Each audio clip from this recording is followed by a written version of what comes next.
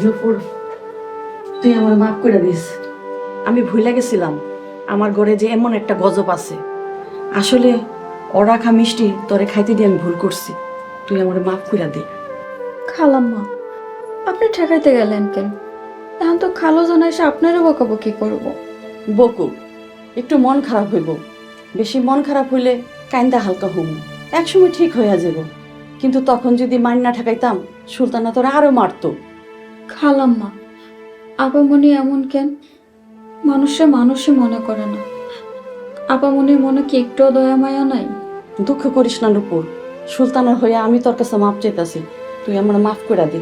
সে খালাম্মা, আপনি আমার মায়ের মতো।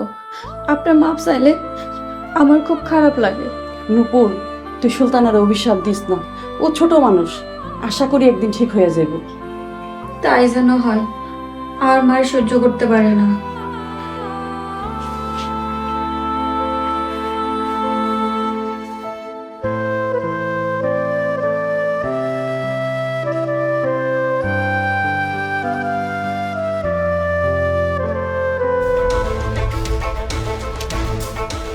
সুলতানা, সুলতানা,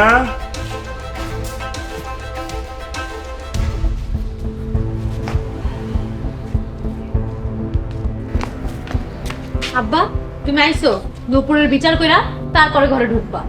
আচ্ছা ঠিক আছে মা, ঠিক আছে। নুপুরের ডাক দে আগে, শুনে কি হয়েছে।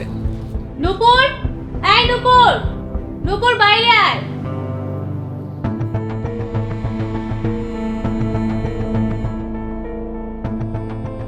আপামনি আমারে ডাকছেন, কিছু লাগবো? তোর বিচার হইব। তুই মিষ্টি চুরি করে খাইছস। এটা ভদ্রলোকের বাড়ি, কোনো চোরের জায়গা নাই। খালুজান, বিশ্বাস করেন আমি মিষ্টি চুরি করে খাই নাই। খালাম্মা আমার চুপ, চোরের বাচ্চা চোর। তোর কাছে কে কিছু জিজ্ঞেস করছে? আব্বা, ওর কি শাস্তি দিমু? আপামনি একবার তো মারছেন, আবার কিসের বিচার? তোরে মাইরা আমার মন ভরে নাই।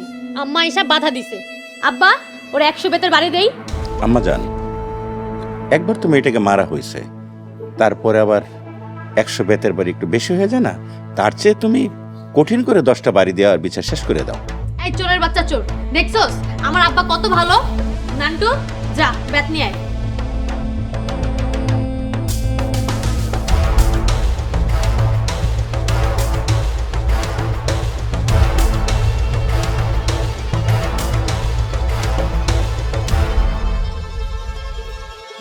এক, দুই, তিন, চার, পাঁচ, ছয়, সাত, আট।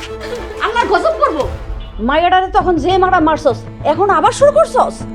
আম্মা, ওরে মাইরা আমার মন ভরে নাই। যাক, তুমি আইছো ভালোই হইছে। দেখো কিভাবে চোরের শায়েস্তা করতে হয়। আপামনি, আমি চোর না, আমি চুরি করি নাই। চুপ, চোরের বাচ্চা চোর। আম্মা তুমি সরো। 9, 10।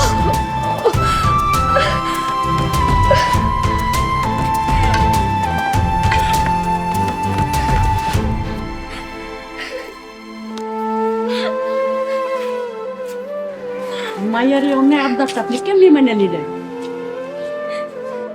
শোনো রহিমা বেগম, সুলতান আমার একমাত্র সন্তান। ওর কোনোদিন কোনো আবদার আমি ফিরেই নাই।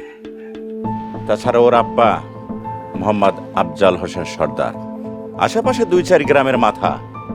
তার মেয়ে একটু বদমেজাজি হবে, এটাই তো স্বাভাবিক। বয়স হইলে আস্তে আস্তে মাইয়া সব ঠিক হয়ে যাব। মানুষের উপর অত্যাচার করলে মানুষ অভিশাপ দেয়। মরার পর আল্লাহর কাছে কি জবাব দিবেন? যারে মারলেন সে যদি ক্ষমা না করে, আল্লাহও ক্ষমা করবো না।